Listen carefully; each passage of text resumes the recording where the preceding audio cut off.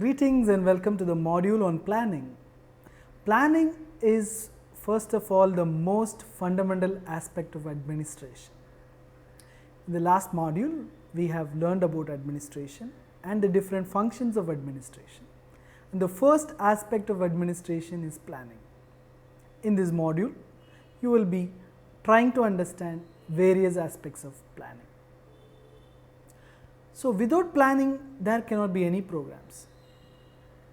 Planning in a proper and a systematic way is the building block for good social projects and programs. Technically, planning is a process of thinking, a way in which a particular project can be conceived and developed, and how the activities can be done. In thinking so, the desired goal should also be kept in mind. The document developed in this thinking process is called a plan document or a blueprint. As planning is mostly related to future activities, preparation of a plan requires proper evaluation of the present conditions, especially the capability of the organization at present. Therefore, plans should cover a long-term period to foresee the fulfillment of the commitments of the organization towards the stakeholders. Three main things should be kept in mind while we do planning. One is the organization, two, the individuals, that is the volunteers and the staff working in the organization, and three, the external environment. This refers to the stakeholders and other people involved in the project. These three aspects are listed as dynamic, and exact prediction of the behavior of these three stakeholders, organizations and the individuals is not possible. Hence, planning should be both a dynamic as well as a flexible process. It should be an adaptable process because one never really knows what is going to happen in the future. In this lecture, we will try to understand few things. One, we will try to understand the basic features of planning, we will try to understand the types of planning, and we will try to understand the steps and principles involved in planning. Features of planning.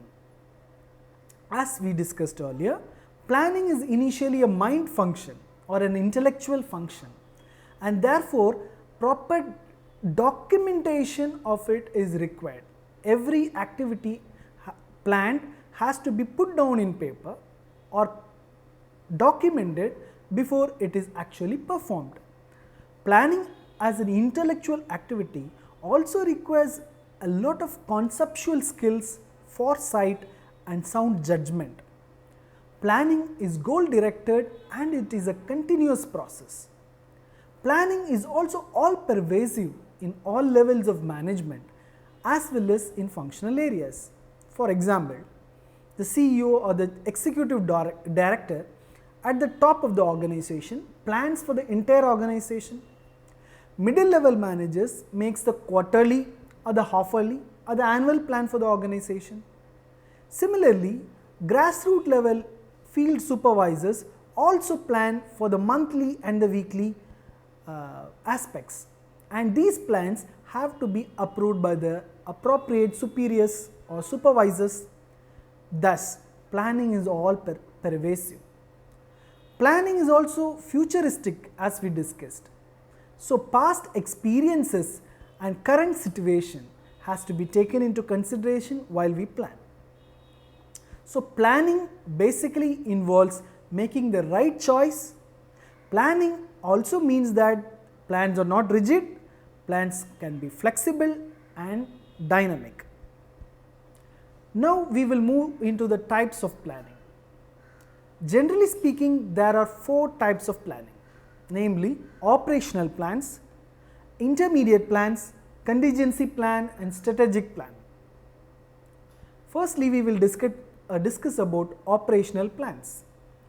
Operational plan is a short range plan which deals with day-to-day maintenance of activities. It gives a clear picture of how the team or a department will contribute to the achievement of the organizational goals. For example, the program head plans a meeting of the staff in his or her own department to impart information or to do a review of the existing program in order to plan for the department for the next quarter or next half year. Intermediate plan. Intermediate plan is usually done in the middle of a fiscal year. Technically, it is also called the mid-year appraisal process. It is followed usually by setting new plans for the rest of the year.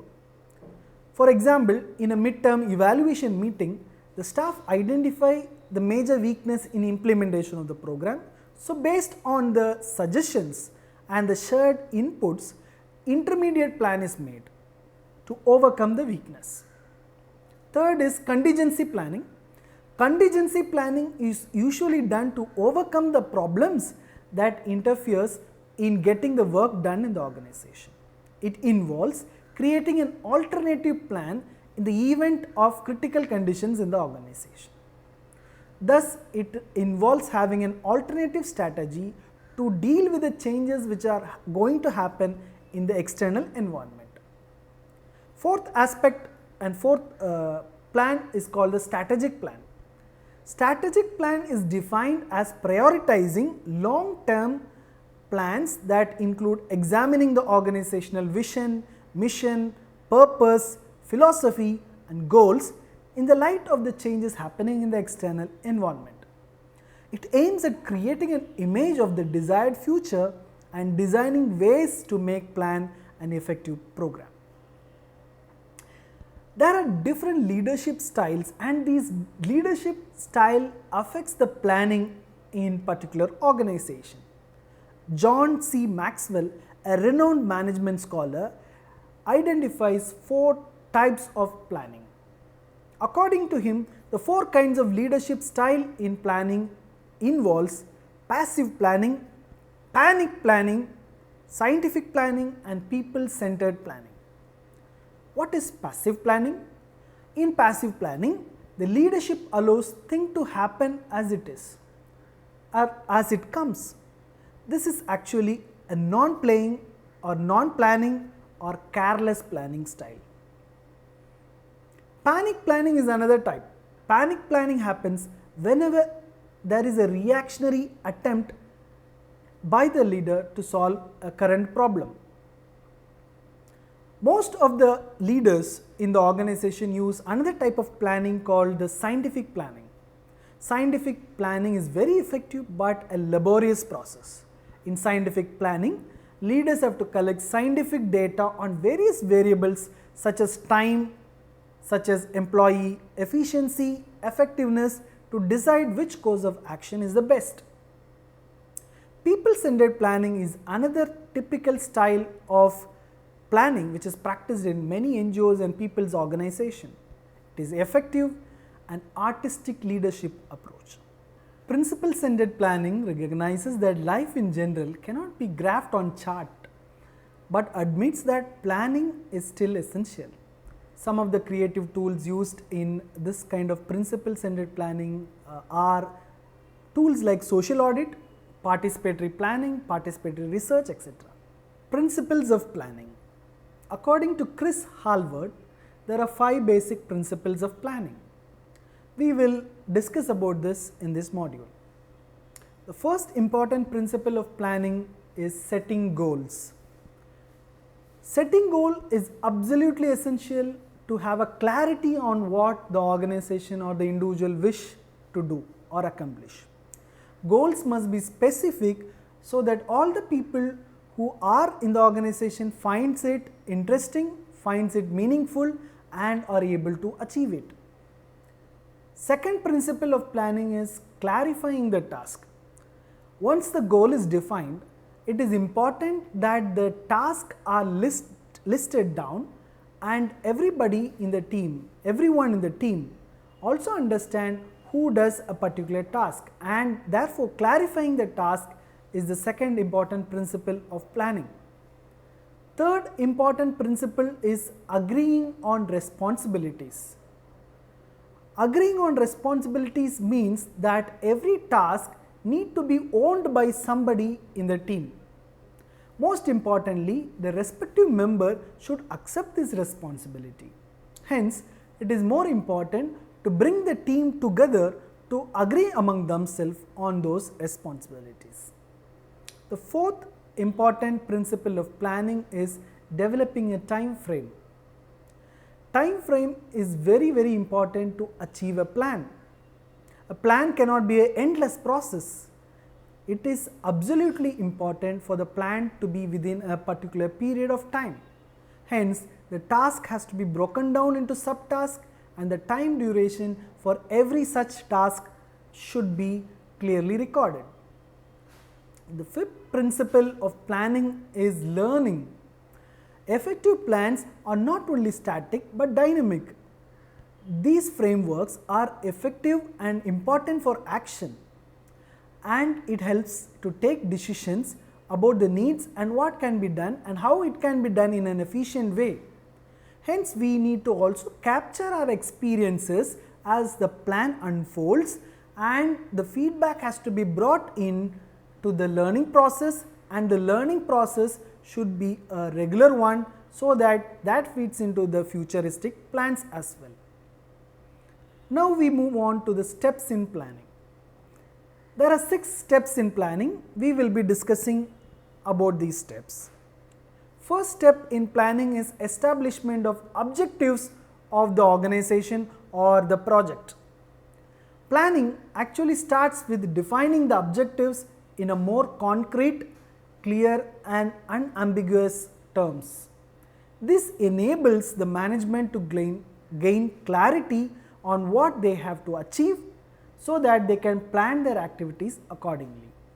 Hence, establishing objectives is the prerequisite for planning. Second step in planning is reviewing the external and the internal environment.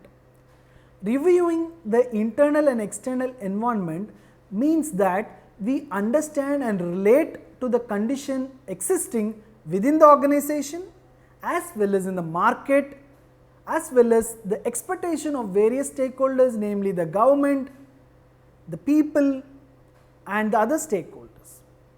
The study of both internal and external environment enables the organization to know the strength, weakness, opportunities and threats of the organization.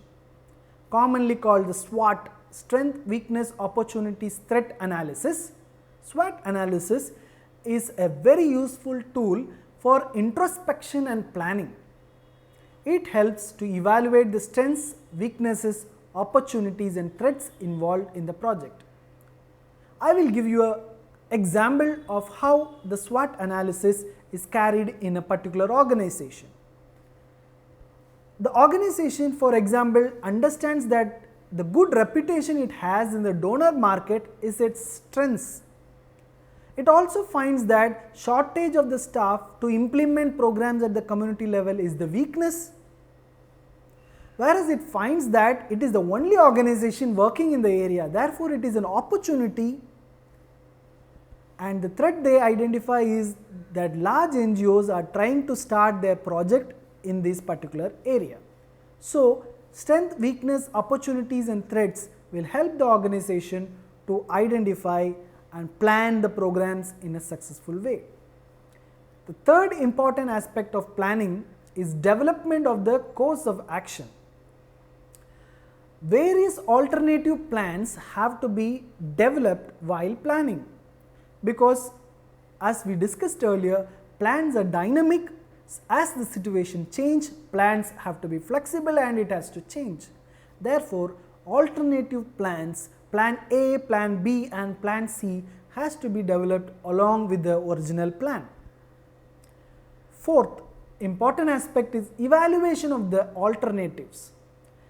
Evaluation of the alternative means that the feasibility of the plans and the result it is supposed to generate has to be discussed, deliberated by the management. Certain alternatives may not be practical, hence the management or the core group of the organization should ignore such plans and set feasible alternative plans. The final aspect of planning is selecting the appropriate course of action. As we discussed, after evaluating the alternatives, the manager or the administrator has to select the best possible alternative.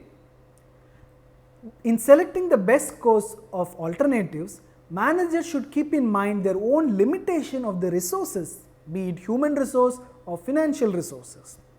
So, in making the final decisions, alternative course of action, the management should be guided by the opportunities provided by the external environment and the ability of the management or the organization to take the advantage of these opportunities. After the plans are done, it is also important to implement the plan. So, the key personnel involved in planning should also be involved in implementing the plans. Now, there are certain advantages of the entire planning process. First of all, planning gives direction to the managers and non-managers alike. It gives direction to everybody in the organization. Planning can reduce the impact of the change happening in the organization and outside the organization. Planning also reduces the waste and redundancy which is seen in many organizations. Planning also helps in establishing objectives or standards that can facilitate control. There are certain limitations of planning as well. Planning may create rigidity. People who are used to strict planning may be adverse to any kind of change. Plans can't be developed for a dynamic environment. Formal plans can't replace intuition and creativity in the environment. Planning focuses on managers' attention to today's competition, but not on tomorrow's survival instincts. So, these are some of the limitations of planning. So, in this lecture, we have learned several things. As you know, we understood that there are 4 major types of planning, namely operational planning, intermediate planning, contingency planning and strategic planning. We also understood that there are 5 principles in planning, namely setting goals, clarifying tasks, agreeing on responsibilities, developing a time frame and learning. We also understood that there are 6 basic steps in planning, namely establishing the objectives, reviewing the external and internal environment, developing alternative course of action, evaluation of the alternatives, selecting the best appropriate course of action and arranging for implementation. Thank you for listening to me.